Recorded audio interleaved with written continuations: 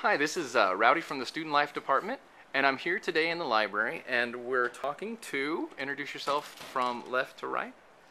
Shelia, Afnan-Manns, librarian. John Chavez, librarian. Kandice, Mickelsen, librarian. And the reason we came down here today is to talk about the new project in the library and to get a little bit more information about that. Now, what is the project? And secondly, why was the library interested in hosting this project, and what outcomes was the library hoping to have happen from it? So just first, real quick, what is this project? Well, this is an oral history project that's based on the theme, The Human Factor, Faces of Migration, which is a campus-wide theme this year. And while we have other activities like lectures going on throughout the campus, the library wanted to be involved in an interactive installation to collaborate, show our participation in this campus-wide theme. And I'll let Shelia talk about kind of the up and coming and how long the installation will run. The evolution of this, well, generally, libraries are in the business of supporting book reads and article reads, and my understanding is this library has done that in the past for the campus-wide themes, selected an article or a book and then supported a campus-wide read and discussions on that. We were thinking last summer, and Michelle Marion and I, who's actually standing over there, she's a professor in the sociology department, we sort of started going back and forth and recognized, and this sounds sort of horrible coming from a librarian, but do people really want to read? Do they want to read that stuff? I think it's more a matter of, do people have time to read on top of their coursework? If we really want to appeal to a wide audience, why not come up with something that's a little more interactive, like an installation? So we started emailing back and forth about coming up with an installation that might sit in the library and speak to the theme of migration. That you could come and view. That students would walk. No, not interactive at that time. At that time, it was just to come in and view. Well, a little bit of interactive. Okay. There was some discussion about maybe come up and write with a Sharpie or something. Oh, that's right. And that was over the summer. Then over the course of last fall, it just took off where we started to talk more. Well, Candy, you came into the picture, and right, because I thought it would be so exciting to put, big faces on our windows in the back here, and then once again, kind of interaction with either writing on stickies or writing right on the glass, just some prompts and some questions that students could interact with, and then there was that History. beautiful meeting that took place. Yes. And I'm looking at the spot over there. And David Bradley, who's an art instructor, Michelle Marion, Candy, and myself were at that meeting where they were batting around. David was batting around the idea of painting on the windows and kind of him and Han over that. But the sparks flew, and all of a sudden he's like, panels. Let's paint some panels with faces. And once he started to say, I don't know exactly where the oral history thing came out of, but I think we then thought, you were talking again about StoryCorps, and wouldn't it be great if the panels kind of made a booth and we could then have some sort of technology? yes, and so that becomes the ultimate in interactive experience. And so, I think the beautiful thing is this idea really evolved through the collaboration across all sorts of divisions and discussions with people. And I think you have this beautiful installation, on the cusp of rolling out on our campus, and it involved a lot of input from a lot of different people. As well as the faces that you see on our panels are from 2 faculty members and a student here on campus. So there was involvement that way also. Do you want to talk about when it might be up and running? When is it going to be up and running, John? Hopefully by, did you say February? Yeah, February and... Till May?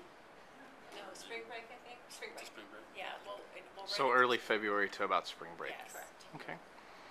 And if I'm a student and I'm interested in this, because say I want to come in and make history and then learn a little bit more, get involved in a project before I then pick up books and read about it later on, how would I go about participating in this project?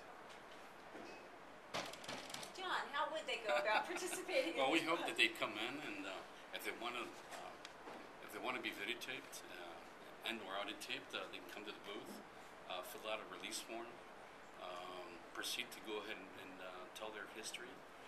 There's some questions that will prompt them to maybe answer something about their life and life story and so forth. There are some other materials in there, but that will also, I guess, talk about some thoughts to ponder as thoughts to they're ponder about their life stories. There's things about like human rights law as it relates to migration.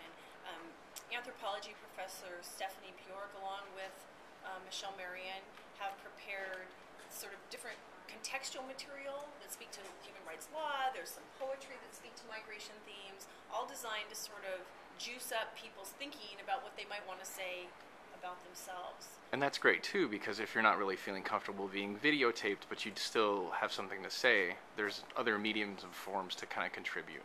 There are other mediums and forms to contribute. We're going to have some prompts up on the glass portion of this area with special pens, and students can write their reflections if they want to. We're also encouraging students, if they do want to record, to bring some of their own personal relics with them, pictures, letters, those types of things that they could show.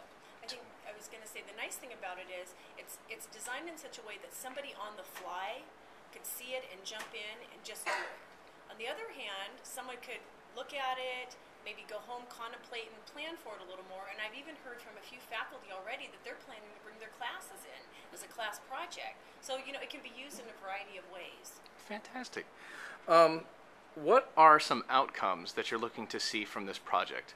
Outcomes as far as the project itself, as well as outcomes that you'd like to see amongst the students that participate. Sheila, I think you really voiced that so well. Well, I did earlier, and now I can't remember. No. Well, I think we were talking actually with David Bradley earlier today, and I think one of the goals of this campus theme on migration in general is to get us to think about, on the surface, our experiences around migration may look very different. It could be different generations in our family coming from very different places on the planet for very different reasons. But at the end of the day, there are probably some very common things that we all experience when we do move from one place to another. Longings for home, concern about family who are in the new location as well as those who have been left behind, and all sorts of other things. And so I think one of the goals is to get us to recognize, by sharing our own experiences, that there are a lot of similarities that we do share, and in that way sort of build our empathy for one another as our population continues to diversify. Great.